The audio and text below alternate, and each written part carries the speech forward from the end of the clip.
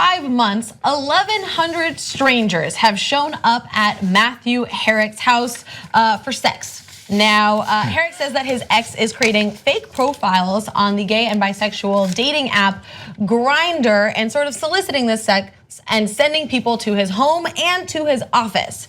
But now he's actually suing Grindr, saying it's their fault for not shutting down these fake accounts. Now, an ex-boyfriend of Herrick's, who he says he met on Grindr actually, has allegedly been creating fake accounts since October of 2016. Now, the accounts have Herrick's photos and personal details, including some falsehoods like a claim that he's HIV positive. Jesus. Now, the ex allegedly invites men to Herrick's apartment and the restaurant where he works. Sometimes as many as 16 strangers each day will show up looking for Herrick. In some instances, they are told not to be dissuaded if Herrick is resistant at first as part of an agreed upon rape fantasy or role play. Okay, so now he is filing a complaint against Grindr. And according to the complaint, there have been more than 100 reports flagging the fake profiles in Grindr's app, resulting in only generic replies from the app saying, "Thank you for your report." Now, I want to get into some of the legal implications of what Grindr might actually be, liable for. But first, I want to get into how awful this is. Because this is harassment. In a lot of states that is illegal to create a fake profile and impersonate somebody for the purpose of cyberbullying. And this is not even just cyberbullying, this is flat out bullying harassment. So I don't totally understand why he's going after Grindr, not necessarily the ex-boyfriend. But Grindr is protected by Section 230 of the 1996 Communications Decency Act, which is a unique legal protection that gives a broad layer of immunity to online companies from being held liable for user-generated content. Now, Herrick's attorneys say that companies don't deserve special protections when their product is dangerous, and Section 230 doesn't give them protection in such cases.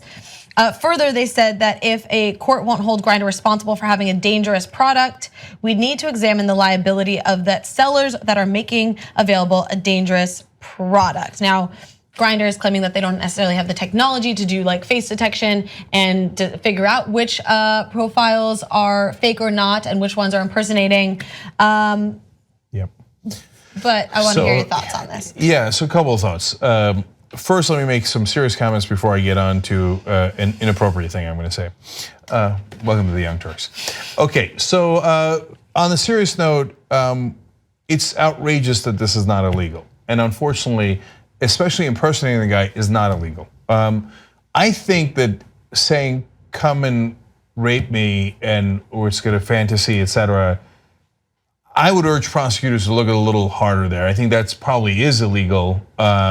And if it isn't, it should be made illegal immediately. That's a no-brainer, right? So I think that's the most important part of this story, because it's one thing to pull a prank and it goes on for a day and then you go, okay, fine, I was doing it. Don't do that, it's stupid, because they're showing up to his work, they're showing up to his house, he's gonna be freaked out. Well, it's America, what if he has a gun and these strangers come to his house when he's not expecting it? It's a terrible, terrible idea. But to do it systematically over and over and to tell people to come and rape me, that's not cute, that's not funny, that's not anything that should be clearly illegal, okay? And it doesn't matter if it happens to a woman or in this case a guy. It's horrific either way, okay? So on the issue of why is he going after Grindr that you asked, Hannah? Because Grindr has money and the guy who's doing it probably doesn't. So if there's no criminal protection, well, then he can't bring him to court or have him get arrested. And again, we're not positive about the rape part, encouraging the rape. We know that there's no laws at this point in the state that they're in about impersonating someone. And then if you go after him civilly, he doesn't have much money. You go hit Grindr, they've got money. Now, it's not the only reason. They might think, hey, listen, man, the Grindr is not stopping it, and 16 dudes are showing up per day at my house and etc. So it's an interesting case. Well, let me ask you a question, because it's not illegal to impersonate, but it is illegal to impersonate with the intent of cyberbullying, right? And so in this case, it's not just cyberbullying, I guess, because it's not necessarily like them interacting online, but he is giving people his address to both his home and workplace. This is like potentially very, very dangerous. So there's got to be some sort of legal implication within that. Yeah, so it varies state by state. And so That's why. But if I'm this guy, I mean, I am talking to the prosecutors nonstop about the different possible laws that he might be violating here. Right. And remember, there's also, he's going around telling people he's got HIV. I mean, you got defamation and yada, yada. Agree, I think the law needs to be in step with technology here. And I do think they have the technology. Grindr does have the technology to flag these concerns and not just send a general thank you for your report.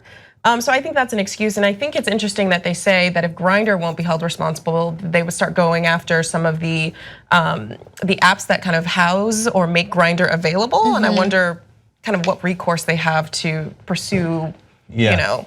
So that's where I'm really split, because they say, hey, look, I don't know if Grindr has the technology, but certainly the technology exists. And I'm probably Grindr's thinking, like it's gonna cost a lot of money, and then I don't have any margin anymore, and yada, yada. But I'm also uncomfortable with saying you've got a really bad actor here who's using your product. Well, I mean, I make hammers. I'm not responsible for the guy who uses the hammer to bash somebody's head in. And so Grindr, for a lot of folks, is a wonderful product. Sure. And not at all dangerous, but super fun, right? So I kind of understand Grindr's position too. I'm very curious to see how the courts are going to settle it. Yeah, I agree with you. I don't think it's, I mean, making available a dangerous product. I mean, you could say Facebook has been responsible for other forms of bullying and harassment and deaths and things like that. So you wouldn't hold Facebook Some people who try, but I vote no on that. I mean, I agree. But we've got to find a way to the best of the company's abilities to try to make sure that they take it down and have safeguards. And if the lawsuit winds up helping Grindr to get those safeguards, that's probably a good thing, and why a lot of times lawsuits are underrated for the change that they can effectuate. And finally, the inappropriate thing I was gonna say. I mean, being a straight guy, Jesus, man. I mean, look, he's probably a good looking guy or whatever, but sometimes I envy gay guys. 16 people a day?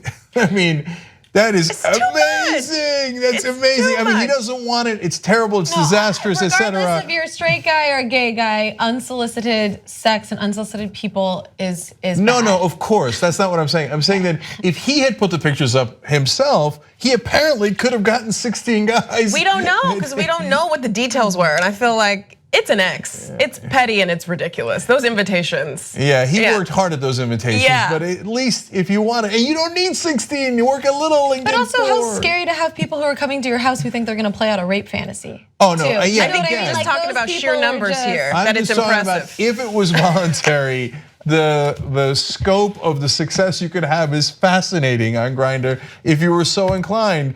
But maybe the straight guys these days are getting to 16 people too, and I don't know, because I don't. We gotta get you on an app. Yeah, no, we don't.